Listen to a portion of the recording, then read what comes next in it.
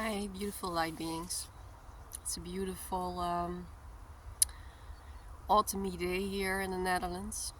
I can smell the autumn coming, and I still feel the warmth of the spring on my skin. So I thought it was going to be a beautiful day to go on a hike, and at the same time, I really felt I needed to speak my heart. Um, We are at this breaking point where we must realize that we need to stop stifle our growth and to realize our true potential. Um, there is no easy way out, and the only way is right through it. This path is not meant for everyone. But the ones who are going to make it through this beautiful transitions are the ones who already experienced this. We got this, we know this. It's not easy, but I don't know about you guys, but I really feel a sense of rest amidst the chaos. I feel my heart knows. My heart knows. We have been under the influence of the queen bee. We have been part for centuries of this system that looks a lot like a beehive. I'm a beekeeper myself, so I know a lot about bee life and how a beehive lives. The bee queen pours out this hormone and sense where the workers get under the influence of the queen bee. Nobody, literally nobody in the hive has an individuality, has a sovereignty. Everybody is working for survival. It looks a lot like how we have been living the past centuries. We have been under the influence of the people with power. We have not been free to educate ourselves, to develop ourselves as a creative, sovereign, spiritual soul. And so for centuries we have pushed down who we truly were in our essence. We are starting to wake up and we start to remember. And when I say we start to remember, I always have to think about, everybody has seen The Lion King, right? I always have to think about the moment when Simba, he ran away from the kingdom and he grows up. And that is also the retreat. We also needed to do that, we needed to retreat. The time wasn't ready for us to become sovereign, to take our stand, to stand in our power. So we retreated, just like Simba did. He retreated, he grew up, he became strong. And then at this point, he is in his existential crisis, and he looks in the water, and then he receives the reflection of his father looking back at him, that says with the very beautiful words, "Remember who you are." I hear this sentence so often in my mind the last couple of days. Remember who you are. And then at that point, Simba realizes he is the son of a king. And he runs back to his kingdom to claim his power. It's so beautiful. This is really the energy that is surrounding us at the moment. We are remembering more and more who we are. We have been pushed down, numbed down, enslaved, conditioned for centuries. So there's a lot of trauma and blockages on really standing our ground. You know, in the past, witches have been thrown on the in the fire, and because they were different, they saw a lot, they felt a lot, they could see into the future, they could foresee, they were very wise. And so if we compare that again with the queen bee, didn't have their bees under control because everybody needed to stay under the influence of the highest power. And if you were a threat, you would be reckoned with. So you can imagine how much fear, karma, and how much blockages we have. I have a lot, for instance, on my throat, you know, just daring to speak my truth, daring to speak what I see and what I feel, and on the heart, you know, the inner knowing. And I can really feel my pelvic really calling to me, like, stand your ground, become a sovereign human being. And it's really not easy because a lot of people will disappear in our lives, even very good people, you know. It doesn't mean they are bad people, but they just cannot stand the light that you are pouring at the moment. It's a lot for people to handle because they have to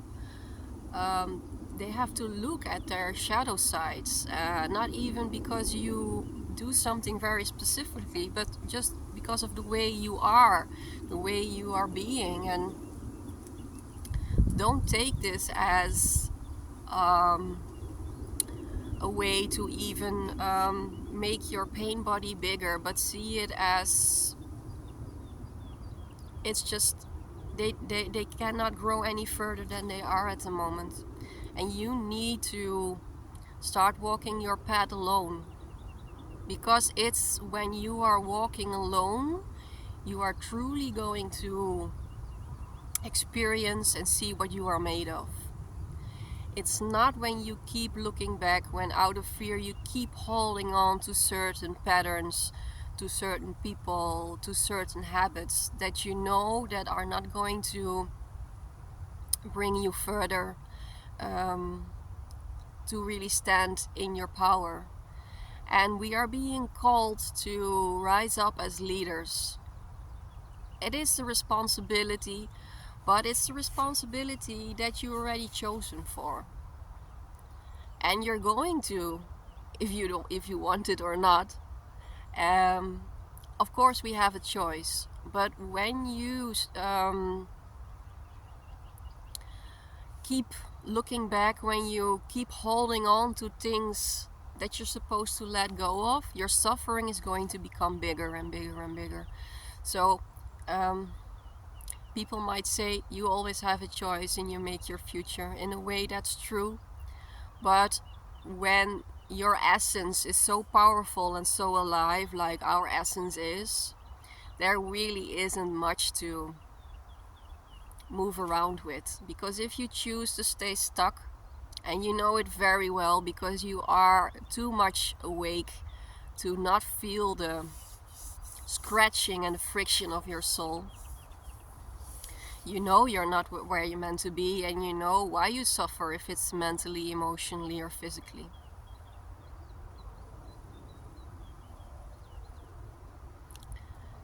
Silence is becoming our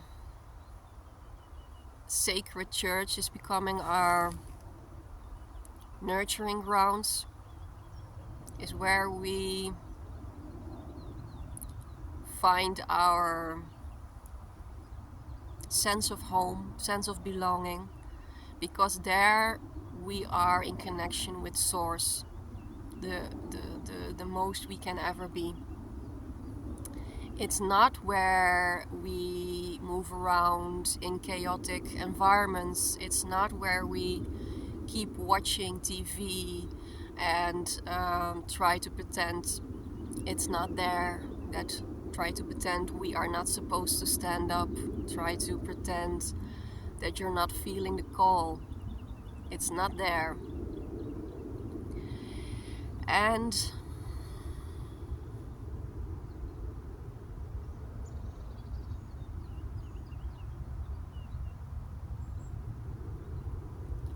although this can feel like a very anxious time, because you feel you don't have anything to cling on to anymore, you know, you feel like this cat who is slowly landing in your strength. And the thing that we are the most afraid of in life is not our pain, is not suffering. The thing that we are most afraid of in life is our power. Because when we truly stand in our power, that's the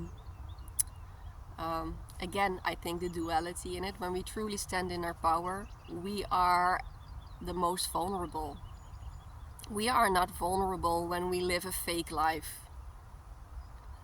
And when things go wrong, when we are living a fake life, we're not vulnerable.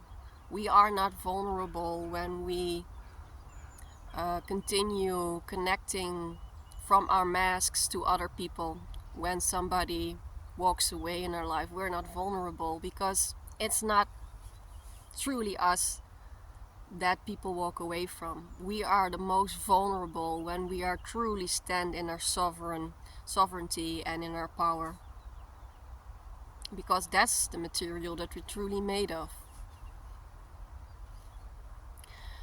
But if we will continue to look back and search for the knowing, the comfortable, in the future we will never have a fulfilling life, because we will not create from our essence, we will not create from the material that we truly are. As Papaji, I quote him because he was such a beautiful man. He said, don't get angry at a shepherd when you choose to be a sheep. Instead, be a lion. And that's such a beautiful, that says it all. That says everything about the energy that's going on right now. Don't choose to be a sheep and then get angry of your cage. Break out, break free, walk on your own, go through the spiritual desert. There you will find what true material you are made of. But you will also will feel that the soul, the person you are becoming, will be your most fulfilling part of your life. Much love.